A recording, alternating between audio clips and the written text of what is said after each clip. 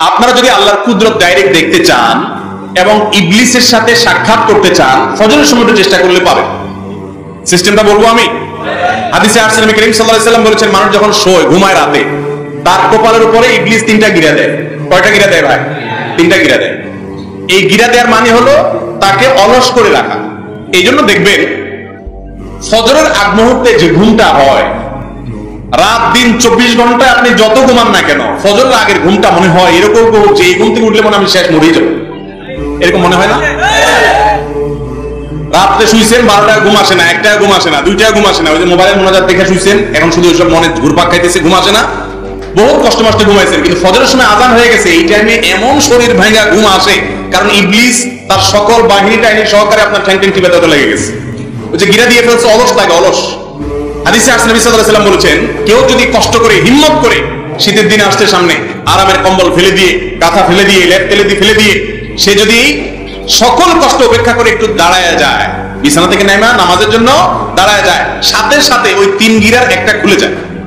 আচ্ছা, গিরা খুলে যে এটা আপনি ফিল করবেন, কিভাবে ফিল করবেন দেখবেন, একটু আগে মনে হচ্ছিল যে এই ঘুম থেকে, এই কম্বল থেকে যদি আমি বাইর হই তো আমি শেষ, আমি নদীতে গেলাম পড়ে, এরকম মনে হবে, তাই না?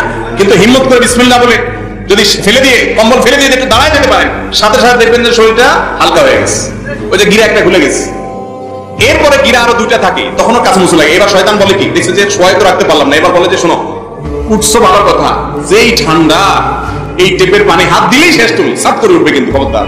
এবার আপনি জল সড়ক হয়ে ভয় ভয় আগাচ্ছেন, কিন্তু আপনি হিম্মত করে বাপের বেটা মতো, আর কি হবে, হাতের করে হাতার গোছায়া টেপ খুলে বিসমিল্লাহ বলে হাত দিয়ে দেন, উযু করে ফেলেন, সাথে সাথে দেখবেন শরীর আরো হালকা হয়ে গেছে, ওই গিরা আরেকটা খুলে গেছে। হাদিসে আসছে উযু করলে গিরা আরেকটা খুলে যায়, শরীর হালকা হয়ে যায়।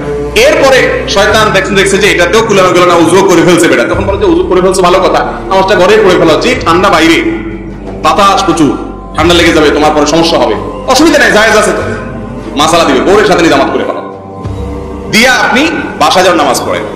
তখন যদি আপনি হিম্মত করে বের হয়ে যান এবং ফজর নামাজটা মসজিদ থেকে পড়ে আসেন, ভাই আল্লাহর কসম করে বলছি, আপনি নিজে একটু খেয়াল করে দেখেন যে হাদিসে 3টা গিরা কখন কখন খুলে বলা হয়েছে, আপনি অনুভব করবেন আপনার শরীর থেকে কিছু একটা সরে গিয়ে পাতলা হয়ে যাচ্ছে। ফজর নামাজ জামাতের সাথে পড়ে যখন বাসার দিকে আসবেন, আপনি যদি 2টায়ও শোন, আপনি যদি 3টায়ও শোন, মাত্র 1 ঘন্টা ঘুম হয়েছে, এখনো ঘুমের ঘোর আছে, তারপরে ফজর নামাজটা জামাতের সাথে পড়ে যদি বাসার দিকে আসেন, মনে হবে যে আপনার শরীরটা নির্ভার এবং হালকা হয়ে গেছে।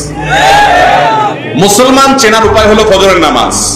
হাদিসে আসছে, যারা মুনাফিক, যারা নামে মুসলমান আসলে মুসলমান না, এই মুনাফিকদের জন্য ফজর নামাজ পড়াটা অনেক কঠিন হয়ে যায়।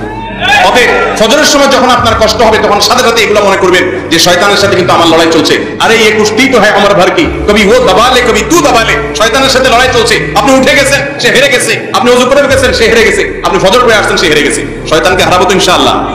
যদি না হারাইতে পারেন, এই কোরআনে কিন্তু শয়তানের চ্যালেঞ্জের কথা আল্লাহ উল্লেখ করছে। শয়তান কিন্তু বলে আসছে আল্লাহর কাছ থেকে যে আদমের কারণে জান্নাত থেকে বের হওয়া লাগলো, এই আদমের সন্তানদের সবগুলোকে বিপদগামী করে ছাড়বো, একটাকেও জান্নাতে যেতে দিব না। অতএব ভাইরা আমার, শয়তানের সাথে সংগ্রাম করে আমাদের ঈমানকে টিকাইতে হবে। ফজর নামাজ আমাদের সাথে পড়বেন তো ইনশাআল্লাহ? আল্লাহ আপনি আমাদের সবাইকে সহজ করে দিন।